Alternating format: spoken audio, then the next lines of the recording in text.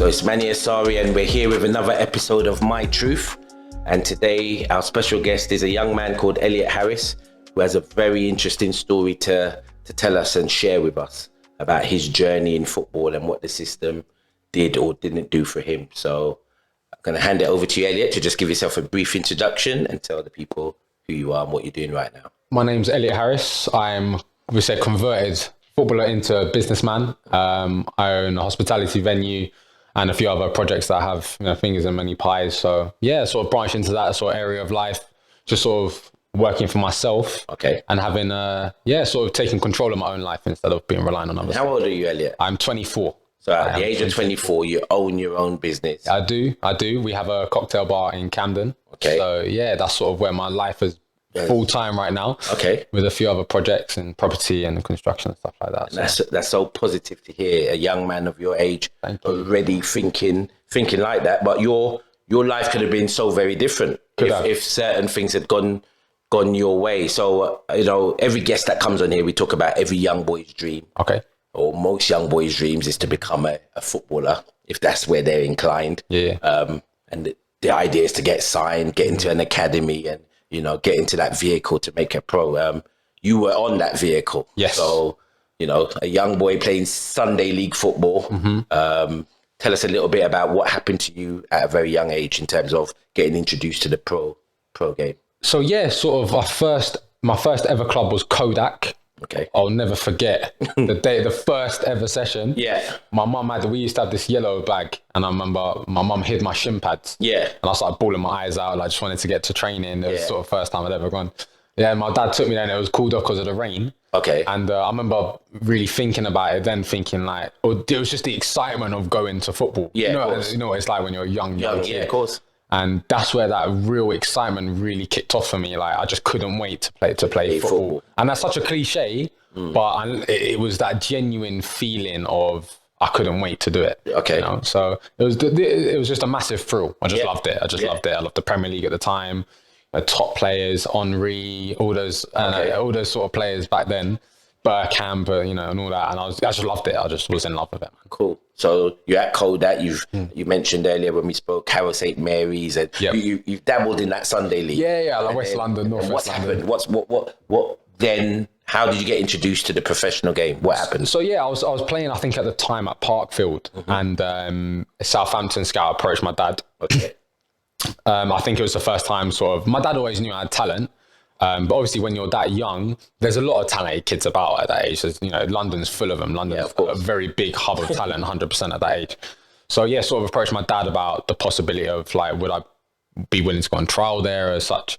And my dad had advice from family members. Dad's second cousin was Gary Speed.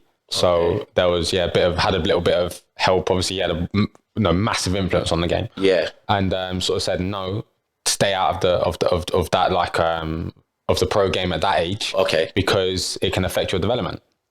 So he listened and sort of said, look, thanks, but no thanks. I'm just enjoying my local football right now. And as I grow up, if something comes up, then it would be viable and we'll look at it. Okay. So that's the sort of stage I got to.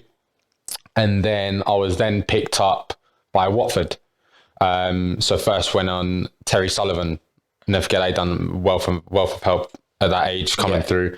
And went to a development centre, and then they took me on trial there. Of course. Unfortunately, it didn't go the way I wanted it to go. Okay. I'll never forget, there was some games I look back and I think I was doing some stupid shit, just stuff that was just, So, when you're so overwhelmed, trying to do stuff that you just shouldn't be doing.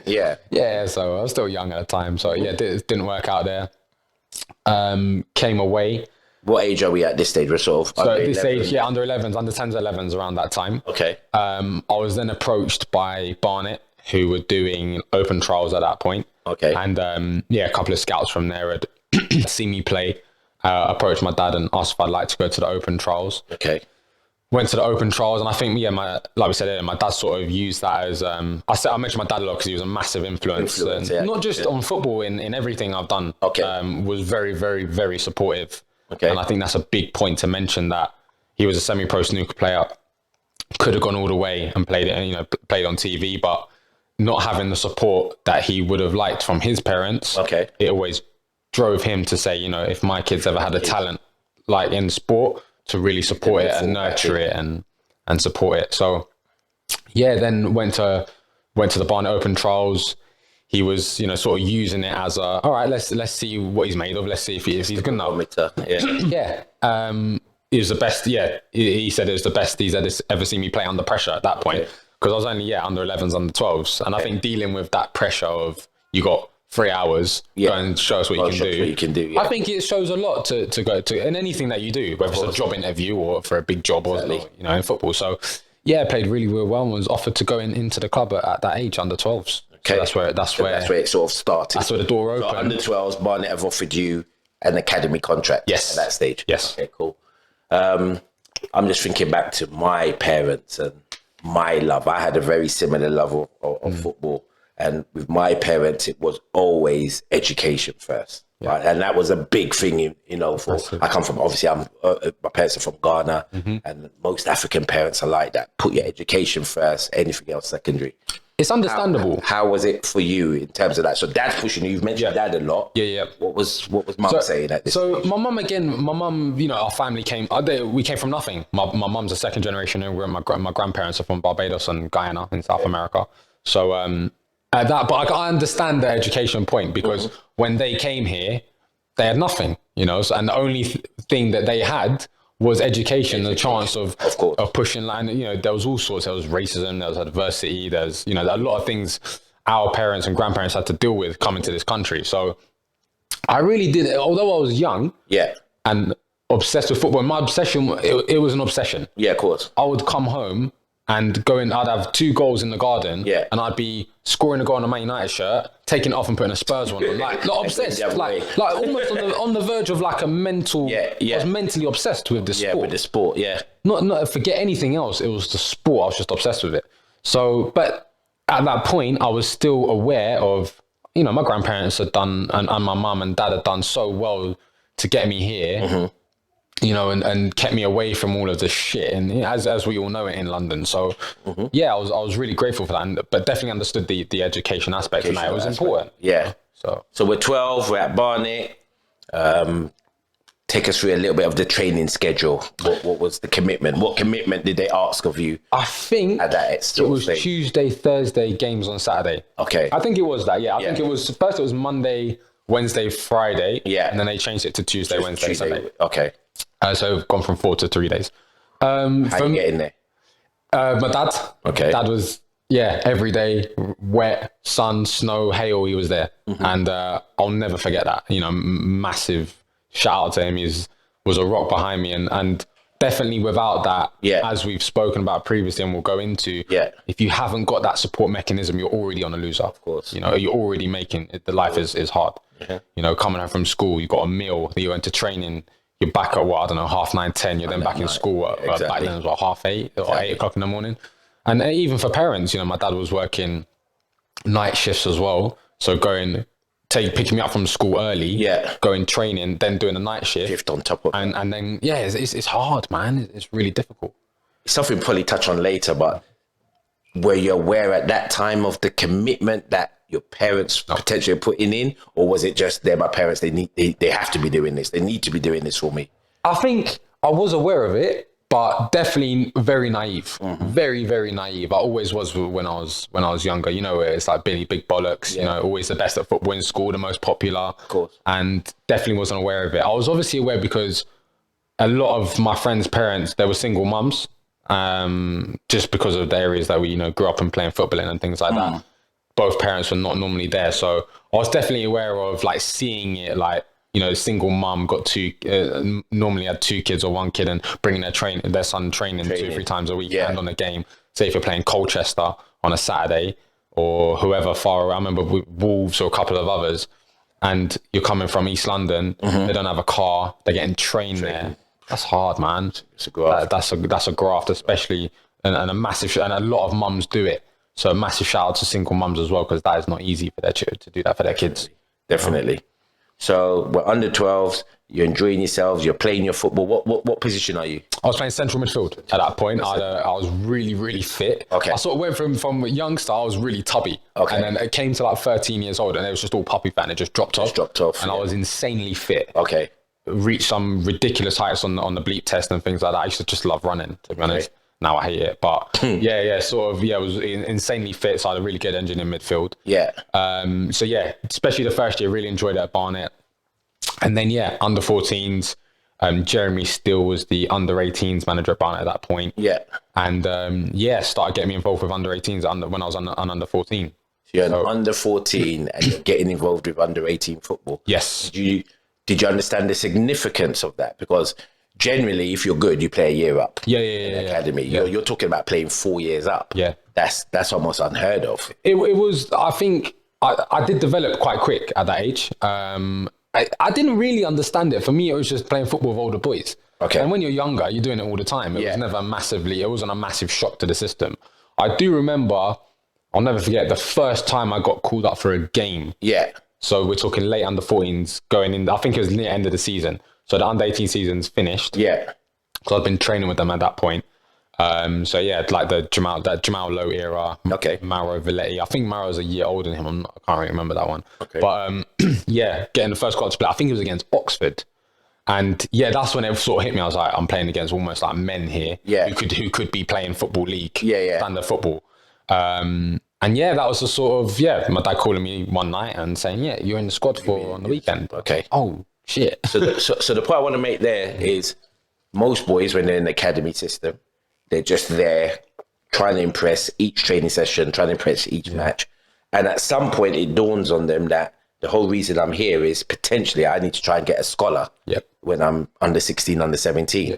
But that dawns on them quite late. So at what stage did you understand, I'm not just here to play football week to week, I've got to try and be best in my group and try and get a scholarship? When did that kind of dawn on you? My dad really drilled it into me. He said to me many times he regrets the sort of level of training he put me through.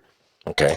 To the verge of being sick, to the verge of every fucking day from the age of 13 to 18, 19. Yeah. I was out there every day with him doing the same drills, same running drills, and pushing my body to ultimate limits. The point on that is, especially my line of work now, 95% of people I come across don't actually know who they are because they've never been in such a negative position where they've got to use what they've got inside of them to get them out of it. Mm-hmm. And a lot of the time for me, I found that out through training to a point where I used to do a lot of training at Lee Valley.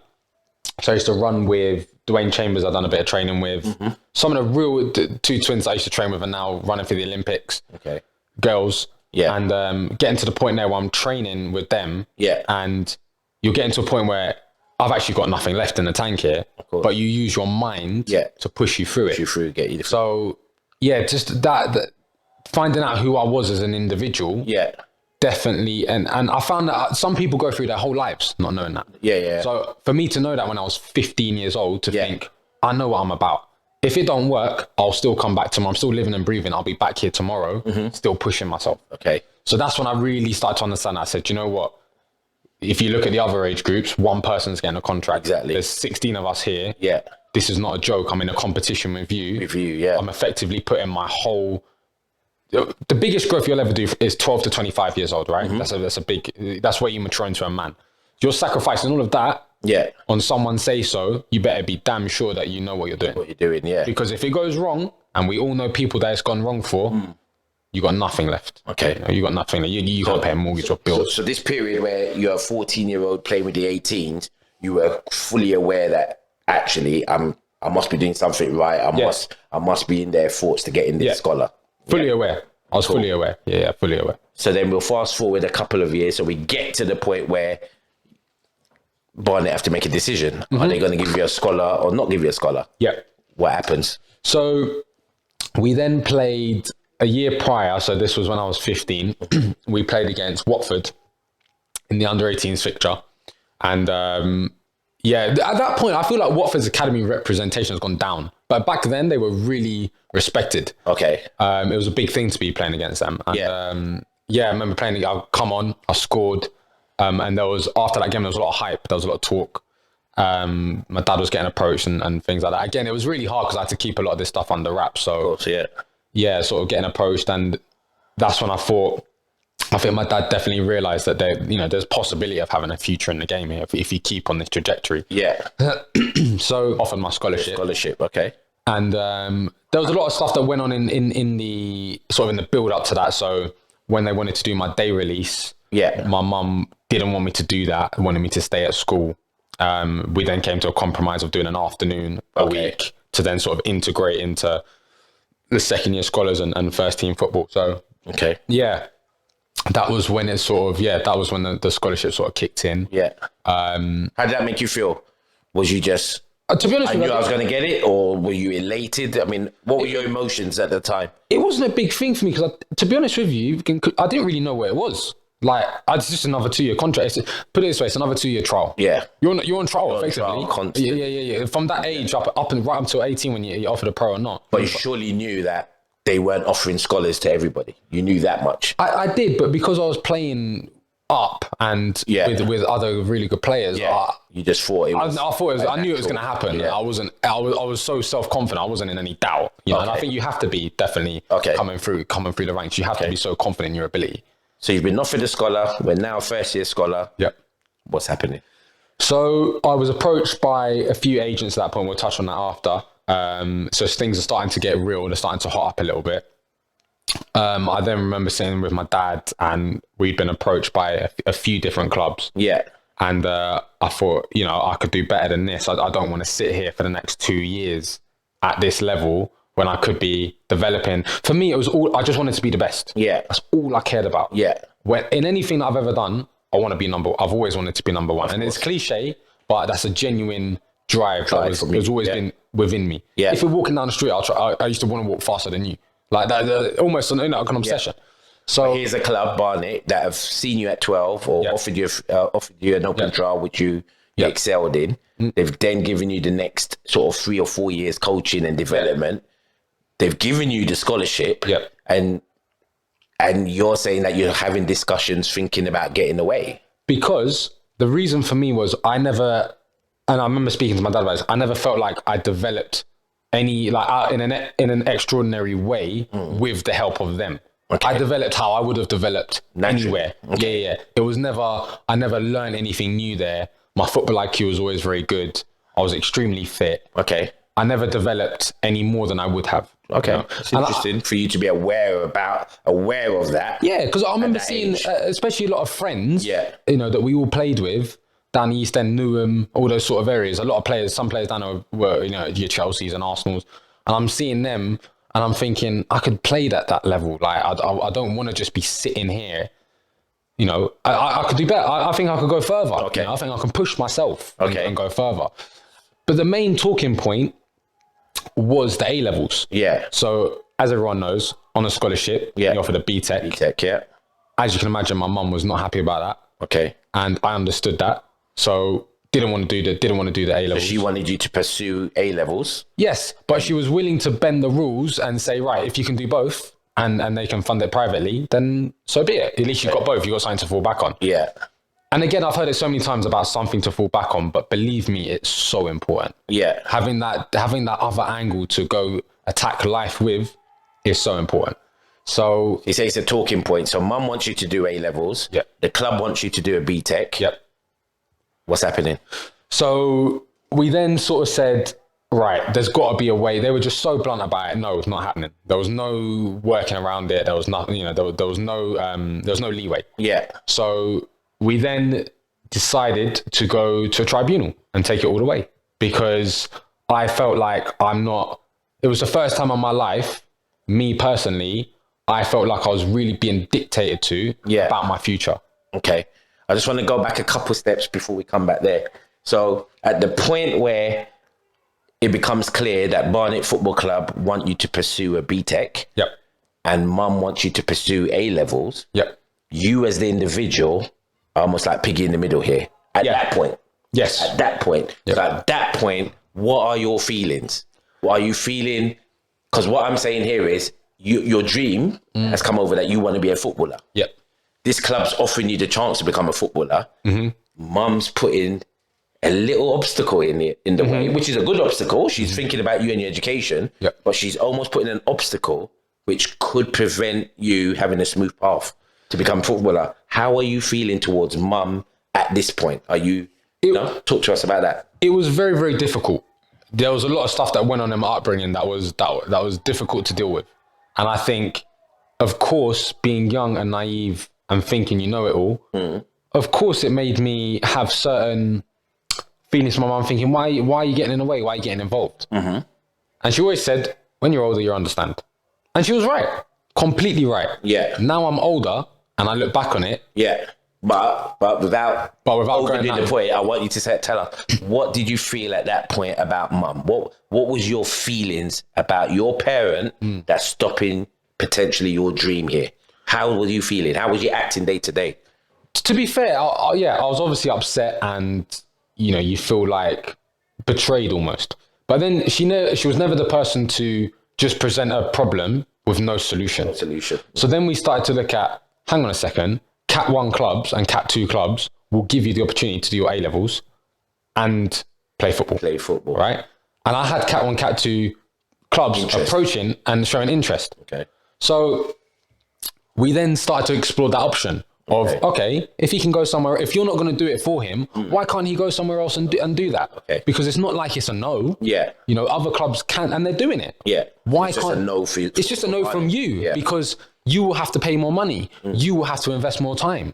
It's simply a case of you're being lazy and don't want to do anything, and someone else will. Okay. So if someone's offering you a better job at work, you're going to take it. Okay. Unless it's drastically out of the way or something that doesn't fit into your agenda. But that's just on that point again. Go on. Yes, someone's offering you potentially a better opportunity, but as it's going to come up in this conversation, you're contracted to Barnet right now. Of course. So this is when we get into it and where it gets nasty. So it gets to a point where Barnet, your mum, we're not seeing eye to eye. Yep. Take us through the next part of the journey. So we then decided to go to a tribunal. As you can imagine, a tribunal process is a long process. It's not a short process. So you're talking, 6, 7, 8 months, maybe even a bit longer. Yeah. Don't come around, it's around that sort of length of time. And just for our fans as well and the viewers, the reason it's gone to tribunal is because Barnet have sort of said to you at this stage, you're not going to train. If you're not doing this, what we're saying, then you're basically not training. You're not training. But at the same time, you can't go anywhere else. That's exactly. why we're going to tribunal. So the conversation was, in blunt and layman terms, you can't play here, but you can't go anywhere else unless they pay 150,000 for you. So that's the compensation. Exactly, for the previous 4 years. The previous 4 years, personal opinion, and I don't know how they base that, to be honest, and how it goes, and how the projection of you as a player going forward. Can they make money off you? Exactly. That's effectively what it is. Yeah. Can we make money off you? Okay, possibly. So you're not doing anything. We want it.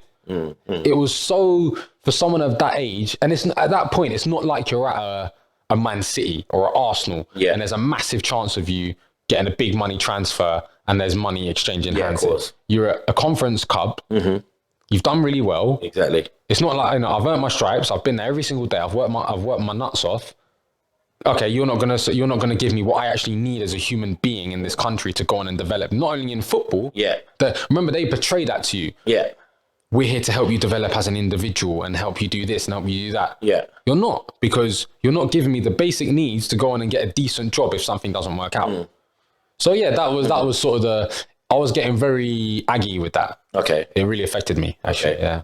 Really so we're at tribunal to try and get some sort of resolution. To be honest with you, man, that's a good word. To just get some sort of result, some understanding. Let's come to a compromise. Exactly. Yeah. All I'm asking for is, can I do my A-levels, which any other normal person does, and play football. Yeah, of course. It's not, and I'm still young at the time. I'm 16 years old. Like, it was a lot to go through. Yeah.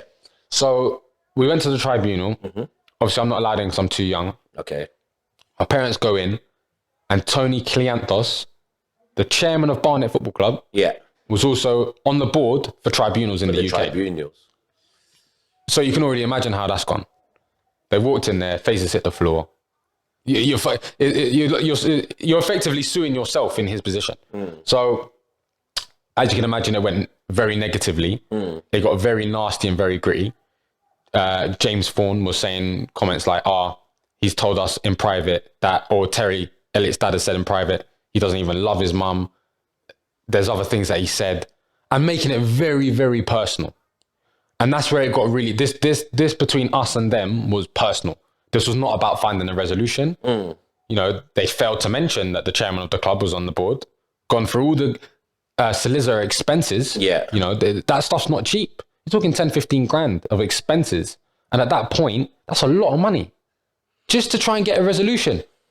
I'm still sitting here trying to get my head around the fact that a young boy who's been scouted by a club, who's been nurtured by a club, who simple appeal is there a possibility of doing A levels alongside my scholarship? All of this is now turned into almost a court case behind the scenes, tribunal. Yep. We're talking thousands of pounds compensation needed before they let you go. Words are coming out, like you've just mentioned, bringing in mum and dad and family, and it just seems all. It was splitting my family apart. Of course. And again, I'm still. Your brain isn't developed. I think I've only fully developed into a man the last 2-3 years. I'm still a baby at that point, and I was actually. It was really. My mum and dad were divorced, and it was really splitting my family apart. Yeah. Because you then got my mum saying, basically, rightly so, "I've told you so." Yeah. Look what they're doing. What they're doing. You know, it's getting personal now. This has nothing to do with football. And then you got my dad saying, "I just wanted to support him, Support him and push him as far as he can." And we have better options on the table to help him develop. Again, Yeah. I'll reiterate, not just in football. Yeah. Your career ends when you're 35. Yeah. If you want to go into the past that, that's when your career ends. Yeah. So it's giving you the tools to go into life head on, just to do your A levels. Yeah. And they're trying to stop you from doing that. Okay. So as you can imagine, there was a lot of media attention. There was definitely a lot of people that wanted to run stories about it, because it was a very big thing where if this goes through, if this kid gets what he wants, all right, now all clubs have got to start offering it, which is a big expense. Yeah. You're then talking again, hundreds of thousands clubs expenditure on not only, they've now got to stop partnering with colleges, they've got to partner with proper sixth form outfits. Yeah, of course. So a lot of people thinking, if this goes through, we've now got to start offering A levels out. So you can imagine there was a lot of attention around it. And now I look back at it, we were never going to win that. Never going to win that. So let's move it on a little bit. Yep. So this is happening during your first year scholar. Yes. And it sounds like you're not even playing much football at this stage. No. In fact, you're not even. I'm not playing. I'm playing back at at the club. Yeah. Something happens that changes that for your second year.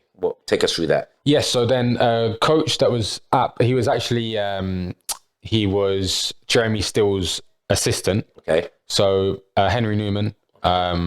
Couple of people didn't like him, but I actually really liked him. I thought he was a good person. Mm-hmm. And he came back in as Barnett's academy manager. Okay. And spoke to my dad and said, come back in for the second year, play, and we'll see if we can get you out with no compensation. And I was sort of over the moon, because I could just play again, you know. At this point, I'm knocking around on really low level football. Yeah. I'm still training every day. Yeah. And it was a dark period, you know, going out every day on your own with your dad and training and trying to just keep improving yourself it sounds easy, but it was one of the hardest things I've ever done, man. Yeah, of course. It was one of the hardest things I've ever done. And I've done a lot since then, especially in business now with deals and stuff. But that was mentally the most challenging thing, you know, really digging deep into your soul to say, do you still want this? You want it, yeah. How bad do you want to do this? So, that was probably the toughest year of my life. Okay. That first year scholar year when I wasn't playing. When you weren't playing. Yeah. Listen, we've heard some tragic stories recently about boys and decisions that they've made when they've got released and the pressures of the game that's come on. What was your lowest point at that point? Because my lowest point, I think, was in the first year when Brentford approached us. Yeah. We had Norwich and a few other clubs. Yeah. Where it started to make me feel like I am actually possibly good enough. Good enough to do it. Yeah. Why is this thing holding me back? Like, why is it of that massive concern where if you genuinely care about my development, you will not let me go and do it elsewhere? That's what really it made me understand life even more. Because then it started to... nothing to do with football now, you're thinking. It's nothing to do with football. And it starts to really show about the business side, which we'll touch on going forward. So I think, definitely. And then obviously training on my own. I remember it. I'll never forget it so well. I'm having a tattoo done soon to do with the park that me and my dad used to train in means so much to me.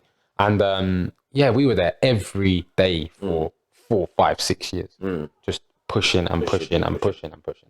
And it all didn't mean anything. It meant nothing, Manny. It was useless because it came down to whether I could do my A-levels or not. You're not, yeah. You know. So second year, Mr. Henry's got you back in. Yep. You're playing football again. Playing really, really well. Made my debut. It was a great season, actually. Yeah, really, really good season. Really enjoyed it. Scored a lot of goals, a lot of assists. Had, again, more interest from some other clubs. And it got me back into the thrill of playing full time. You know, at that point, second year scholar, now I've done my A-level. I've done my A-level privately first year. Okay. Got my qualifications. Okay. And sort of. And I remember that was a time where social media was on the up. Okay. So now I'm starting to see, it makes me feel old, but now I'm starting to see, like, especially in that first year, what made it even more difficult is I'm seeing on Instagram, everyone's training. And obviously all these boys I've grown up with, they're at clubs, training, playing full time. And I'm driving down the M25 over to like near Oxford 4 times a week to do my A-levels. Because no school will take me because I've missed too much school. Yeah, so you did it private. So it was probably the hardest year of my life, man. But yeah, back in. So when boys are getting talked about getting pros now at Barnet, you kind of know that might not happen for you because of the whole history. History. What are you thinking is going to happen at the end of the second year? What are you hoping to happen? So I was desperate not to get a pro contract because I wanted to get out and still give myself a chance. Okay. I didn't. No, there's one kid, Jack Taylor, great lad. He's done amazingly well and he's at Peterborough now. Okay. He's the only kid out of that age group that has actually come out the other side and done well. Okay. Everyone else is either still there or fallen by the wayside, to put it bluntly. So, as you can imagine, didn't want to play. Yeah. I didn't want to get a pro contract. I wanted to play my year. And get out. Okay. So, at this point, there was still something else in that contract when you sign when you're 14. Yeah. Where even if they didn't offer me a pro, they could still enforce that clause where my contract was maximally extended till I'm 24. So I'm 25 now. So that would have ended. Sorry, I'm 24 now. I'll turn 24 in September. I'm 25 in this coming September. So after all these years, my contract have only just ended. So just to make it again clear for parents and, you know, potential players that are going to the academy, when you sign for an academy, the minute you sign a contract, they hold your registration. That's what we're talking about here. Exactly. They hold your registration, and for you to leave or for another club to potentially come and relieve you of that, they need to pay a level of compensation. Exactly. So think of it as you are a can of beans on Tesco's shelf. You can't walk in there and take those can of beans. You got to pay for them. Of course. So that's a basic business principle. So effectively what that's telling you is that you're in a monopoly game of football is a big business. Right from the age of 12, 13, 14, all the way up to 35 at the end of your career. Please anyone that's watching, do not forget that. Forget the sport. The sport is the entertainment side. That's what sells tickets. That's what puts bums in seats. That's the quote. It's a business. It's a business. First and foremost. Of course. You know? So they're holding your registration. You now need to get a club interested enough to pay this compensation to get you out. So you've got to put yourself out and about and sort of sell yourself. So what are you doing about that now? So what you mean when 18, you're coming towards the end of your contract, or your contract's ended? Yeah. So when I went back there, I was never on a contract. I was on a non-contract. Okay. So that previous contract was still in play, which we never realized. We should have now in hindsight. So yeah, I played that year, had some interest. They didn't offer me a pro. Happy days. It didn't really matter anyway because that clause from when I signed when I was younger was still in play. And then I was sort of just out there, sort of like, well, I've now been told that I'm still contracted anyway. Was sort of down in the dumps, and I was just playing over in Potter's Bar, just kicking about in the park with my mates. And there used to be this scout from Crystal Palace that came down to games at Barnet. Yeah. And he was there in the park. Okay. Just coincidentally, just literally off the cuff coincidence. And sort of approached me, and I recognized him. I definitely looked at him, so I know this guy from somewhere. Obviously, now I realise it was from the games that he'd been at. And I said, look, do you want to come and try at Palace? So obviously then I'm thinking, this can't be for real, man. Palace are a Premier League club, that's mad. And then just went with it. he was speaking to, at the time, a close friend of mine called Mickey. And Mickey sort of spoke with him. And I was in Palace the following week. Okay. And, in the first team training ground. So, it was unbelievable. My life went from 0 to 1,000 in the space of 7 days. Yeah. Okay. So you're in Palace, you're training, you're working with what, under 23s? Yeah. So, under 23s. I don't even think it was under 23s at that point. Was it? Yeah. I don't think they changed it. It was under 21s. Maybe under 21s. Yeah. So, training under 21s, playing really, really well. I went in there the first week, I ripped it up. Des Bolpin was my manager there. Okay. I'm not sure where he's at. I think he was manager of India at one point, national team, but don't know what he's doing now. And ripping it up. And it was the first time, I sort of realized to myself, we've been involved with the first team at this point as well with their pre-game, they do like their shape and stuff like that. Yeah. So kicking about the first team. And I was doing stuff in these games I didn't even think I was capable of. And I played with some top players. I played with, there's I forgot his name now. He's at Borussia Mönchengladbach. He's a right back. He's playing week in, week out. We could Google him up. I remember his name. But I was playing with him and Saha and other players like that.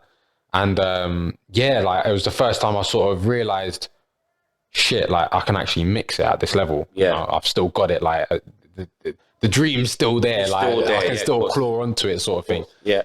And then I done my ACL. Really big injury. I was out for six, it must have been 6 to 8 months at least. Palace were great. Done all my rehab there. And came back, and after 2 weeks of being back fit, they said to me, what's the situation here? We want to sign you.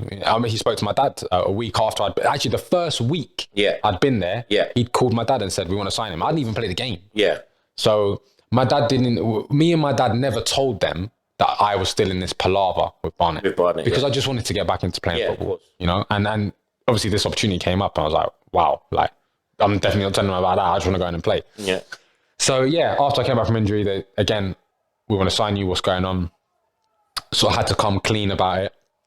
They did make an approach to Barnet about paying a set fee with add-ons down the line if they were to sell me. Yeah. But I said nope. They wanted the full whack up front. And by this point, you're talking, just shy of 500,000 at that point. So some big figures being banded about. Again, I wasn't in those meetings, so I can't quote on them. Yeah, that was just a conversation that I had with Des at the time. And Des then, it must have been about a week later, 10 days. I remember being that week, I was so on edge. Because I was like, I've got this crazy opportunity here. Yeah, exactly. I could actually be at a Premier League Cat 1 club. And at that point, for those 9 months when I was injured, collectively, that injury and playing, that every day on the train to Euston, to London Bridge, to Beckton, it was a long old journey, but I loved it. I absolutely loved it because it was the thrill of, this is amazing. Walking into Palace's training ground, it's not the most exciting, but it's on this road and you go down, you wouldn't even know it's there. But you go in there and you think, oh my God, this is, they were making, at this point, that obviously all pro clubs they're doing now, but they're making lunches for you. I'd never experienced that. So I'm like, oh my God, they're making my lunch. I can actually just eat here for free. I don't have to go and buy it from the shop. Yeah. I remember at that point, we were all on the nourishments. Remember people used to buy the nourishment from the corner shops? Yeah. I used to buy them all the time thinking how good they were for me.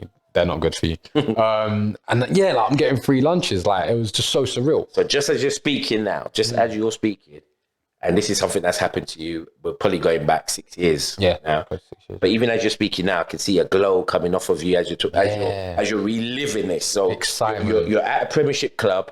You've almost been given a second chance. Yeah. There's a conversation being had with your old club where we've had all the problems, and it's reared its head again. They're saying, no, we're not accepting what you're offering. You need to pay X. Crystal Palace potentially are not going to pay X. Yep. So then here we are again. Those 10 days passed, must be a week to 10 days. There's supposed to be in the car park after training, just very bluntly, and that's the way you got to be, I think, in those situations. Look, Steve Parish ain't going to pay that money. Yeah. Got to call it end of the line here, really. Yeah. And sort of, he's like, oh, okay, yeah, no worries, man. Thanks a lot. I really appreciate it. Of course. Inside, I'm fucking about to explode. Of course. He's gone in and, I just broke down, man. I literally just broke down. Yeah. Didn't know what to do with myself. Called my dad. Obviously, I was living in Watford. So I live in Watford now. Yeah. That's where I was living. Yeah. called my dad. I said, Watford to South London is a long old journey. Yeah. I said, Dad, look. So you're in the car park and In the car park. literally... The first team car park. So First team car park. mental health, this story alone, now I feel like I'm on a roller coaster just listening to you. You've actually lived it. Yeah. What's this done to your mental health, your mental state of mind, this journey, this rock and roll, this being tug of war between mum and a club, then another tug of war between Palace and Barnet? It's like, what's it done to you? I think at that point, this is where when we spoke earlier about, this is when you know who you are as an individual, right? You either two things. So two things in this way: you're a winner or you're not, And I'd been through so much at that point. I knew who I was. I knew I'm always going to bounce back, but it doesn't take away from the fact of how hard it actually was. Mm-hmm. So it was soul destroying. It was absolutely, and it is cliche. You hear a lot of kids that have come through the system haven't come out the way they wanted it, and they break down and it's tough, and a lot of the time in your head you think, I just got to get on with it. But that it genuinely, I was on the verge of proper depression. Of course. And I never spoke about it. I had a missus at the time. We were together nearly 8 years. Yeah. If she was here, she said the same thing. I dedicated, it was the first moment I really realized I've dedicated my whole life up until that point to a sport, pushed my body and my mind to absolute limits. Yeah. And it actually didn't mean anything. It actually was worthless. It meant a lot in terms of my own mental development and understanding things. Yeah. But you look at it in the sport fact of football, it didn't mean anything. Yeah. And that's what broke me. That's what broke me.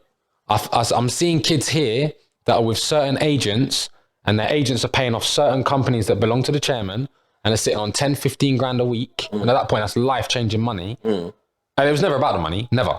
But they're not doing a quarter of what I'm doing, but they're on a 4-year pro.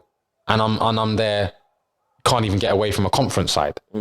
And that's what broke me. Yeah. But then you say broke me, so on the stage of on the stage of proper depression. Yeah. Like at home, not wanting to come out, not wanting to see people. Like I know it's uncomfortable, but give us a little. I was very grounded at that point, but I got to a point where I feel like I could have OD'd on drugs. And my heart, that's the level, and I never spoke about it to anyone, not even my missus at the time, because I felt like it made me weak. But I could have said I could have killed myself, honestly, because I'd gone through all of that, all of those memories, all of those happy memories of training and enjoying my life, because you have this alter ego of, this is where I want to be, this is what I want to do. And it just gets stripped away from you because out of spite. That's what it was that's what it came down to. And like we spoke earlier, a human being, the biggest traits of 99% of people I come across and people we all come across in day-to-day life is the biggest traits are power and money. Money makes the world go around in this Western world that we live in. And power is something that even you look at, jobs worth, look at some ticket men, for example. They don't have to give you a ticket if you're right there, but they'll still do it anyway because it makes them feel like they're on top of you. And there's loads of things we come across in life that referees will give you a foul or send you off. It's not sending off, but they're the power player. It's about them. So I'm just using very small examples here, but that is what it all came down to. It was a case of we're in control of. We're a small club. We're in control of this individual, and we're gonna keep that control because it makes us feel good. That's all it could be. And now I've gone in my career in business, and thankfully up to this point, touch wood, done well and carry on doing well. That is what I realize. That is what life's about. So that's what I want to touch on there. So we're so low, and I feel very sorry to hear that it went as low as the point where you potentially even considered it taking your life or ODing or doing something like that. What was the saving point then? What was the lie? What made you not go that far? What saved you? What gave you that strength to come back and regenerate yourself and become this successful businessman that you are today? I think my mum and dad obviously helped me massively, but I remember especially hearing my dad's story so many times of just having that support and him genuinely meaning whatever you want to do, I will support you. Here. I'm here and I'll support you. You're still living, you're still breathing. You're luckier than most. I have done a bit of traveling around the world. I've seen some stuff that I wouldn't wish on other people. And that's what really took me back to, hang on, I'm still living, I'm living, I'm breathing. I've got a chance at life here. Yeah. Life goes very quickly. Yeah. Don't waste it. You know, do something with it. You've learned although it's been negative, you've learned so much. Don't throw it away. You know, you still got a chance at doing something. So this relationship you had with your dad seems so critical. Yes. Because whenever we hit low points, and we all do, we all hit a point, and then there has to be that one person that we're able to just be ourselves with and really open up. Because sometimes we want to put on this brave facade that everything's all right, but there has to be that one person you can really be yourself with. And it seems like that relationship you have with your dad went a long way.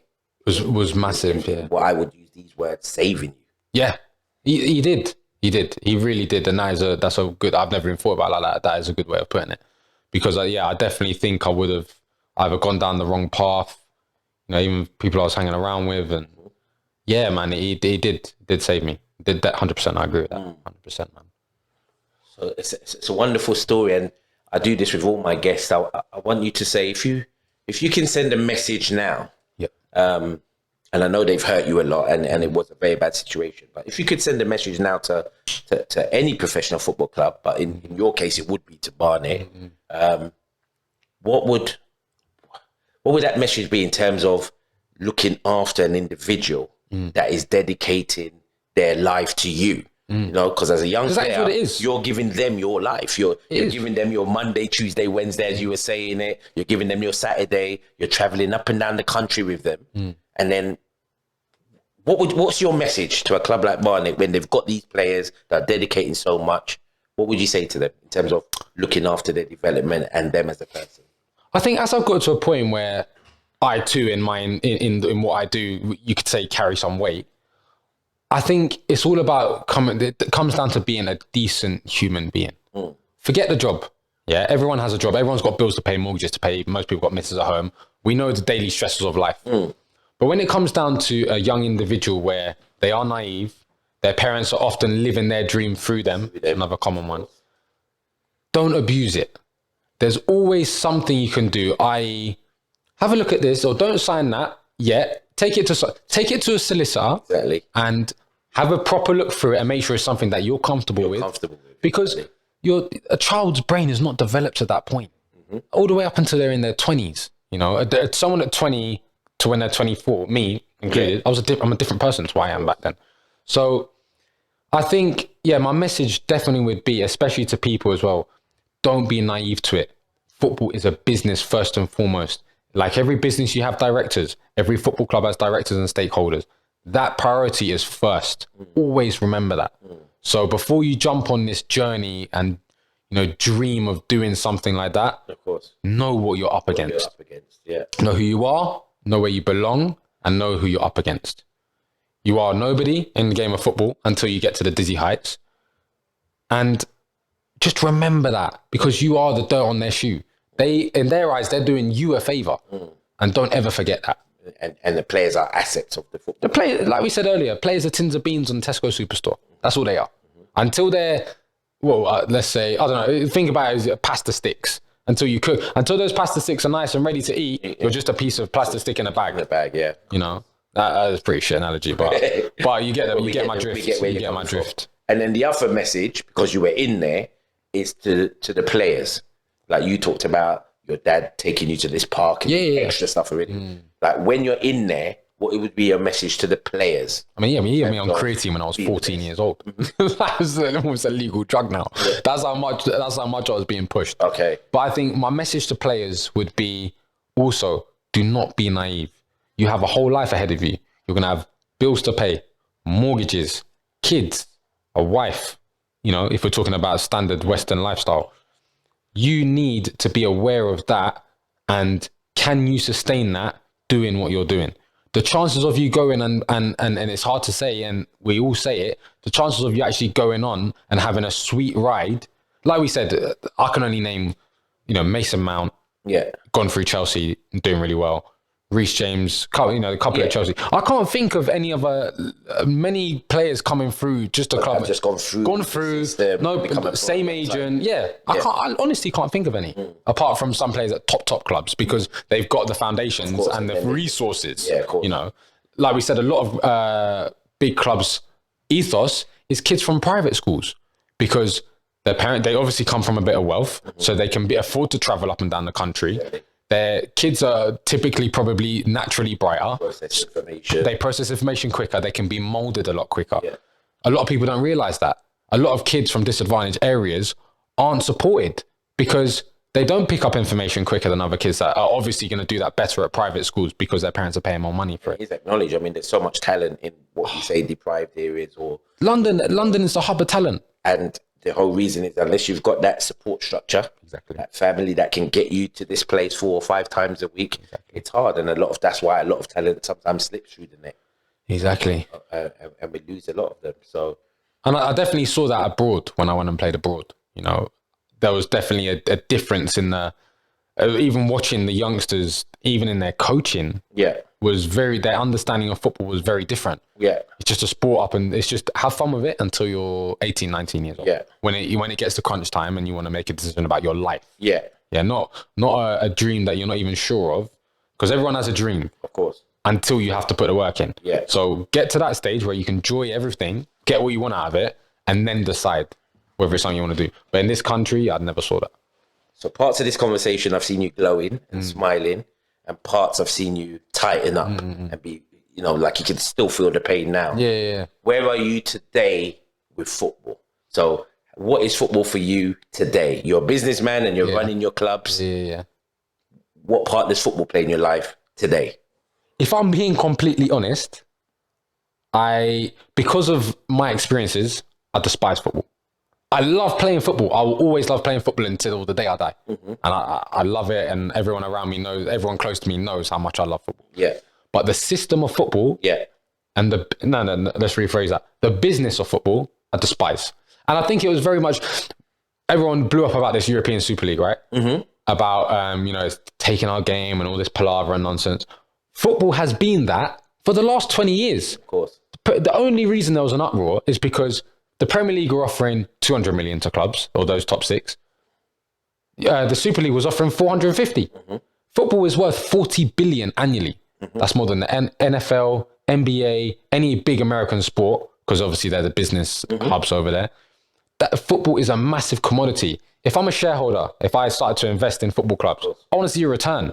I want to see ticket sales. I want to see shirt sales. I want to see my money return. And that's what the Super League was all about. It was about the owners trying to safeguard their investment. Safeguard. And, not getting relegated and having something that was always going to be in existence. But so we could speak all day on that. The point I'm trying to make though with you is you were a young boy with a dream, a young boy with a dream who got one foot into that dream. You were there, you were signed, you were involved in the football club. And what this show and My Truth is all about is the other side of the coin.